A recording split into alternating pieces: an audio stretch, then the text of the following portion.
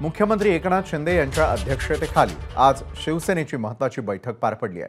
तर या बैठकीमध्ये शिवसेनेचा 58वा वर्धापन दिन कसा साजरा करावा या संदर्भात चर्चा झाली आहे। वर्धापन दिनादिवशी वरळी इथे एनसीसीआय डोममध्ये साधारण 20,000 जणांची व्यवस्था करण्यात येणार आहे। निवडून आलेल्या सर्व खासदारांचा सत्कार करण्याचे निश्चित करण्यात आलेला आहे। तसंच विधानसभेच्या निवडणुकीच्या पार्श्वभूमीवर पुन्हा एकदा मोठ्या प्रमाणात सर्व जिल्ह्यांमध्ये सदस्य नोंदणी सुरू करण्याचे आदेश देण्यात आलेले आहेत। विधानसभा निवडणुका तोंडावर आल्यानं मतांचं ध्रुवीकरण होणार नाही यासाठी प्रयत्न करण्यास सांगण्यात आले।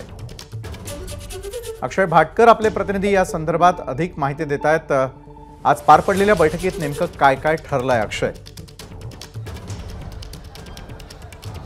महत्त्वाची बैठक होती। सगळे जिल्हाधिकारी उपस्थित जिल्हा प्रमुख शिवसेने सगळे उपस्थित होते, माफ करा।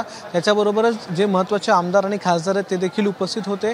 आणि या सगळ्यांच्या समोर एक सगळ्यात महत्त्वाचं म्हणजे जे आता सगळ्या शिवसैनिकांना वेध लागलेले आहेत ते वर्धापन दिनाचे 58वा शिवसेनेचा वर्धापन दिन आहे आणि त्यासाठी कशी तयारी करावी यासाठीची सगळ्यात महत्त्वाची बैठक होती। मग 20,000 जणांची व्यवस्था, मग मुंबईच्या बाहेरचे गावखेड्यातले आलेले शिवसैनिक त्यांची खाण्यापिण्याची व्यवस्था, राहण्याची व्यवस्था, या सगळ्यासोबतच कार्यक्रमामध्ये काय काय घेण्यात येईल हे देखील ठरवण्यात आलेलं आहे।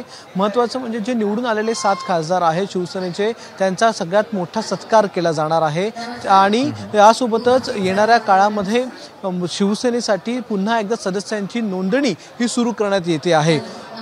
2 वर्ष होणार आहेत मुख्यमंत्री एकनाथ शिंदे यांना पदभार स्वीकारून, त्यामुळेच आता वृक्षांची लागवड करण्यासाठी हे आदेश देण्यात आलेले आहेत। प्रत्येक जिल्ह्यामध्ये जास्तीत जास्त वृक्ष लागवड करा, वृक्षारोपणाचे कार्यक्रम घ्या असं देखील सांगण्यात आलेलं आहे। आणि जे सण येत आहेत, मुख्य म्हणजे सगळ्यात महत्त्वाचा महाराष्ट्राचा सण हा वारी आहे आणि या वारीमध्ये ज्या महत्त्वाच्या दिंडी निघालेल्या आहेत त्या सगळ्या दिंडींचं स्वागत हे शिवसेनेतर्फे करायचं असं देखील ठरवण्यात आलेलं आहे। त्यांना ज्या हव्या त्या सोयीसुविधा पुरवायच्या, त्यांना मदत करायची असे देखील आदेश देण्यात आलेले आहेत।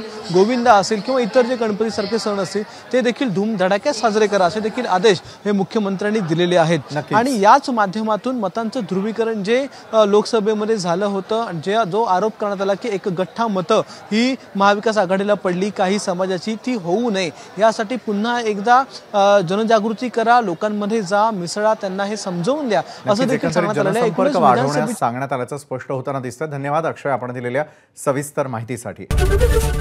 एबीपी माझा, उघडा डोळे बघा नीट।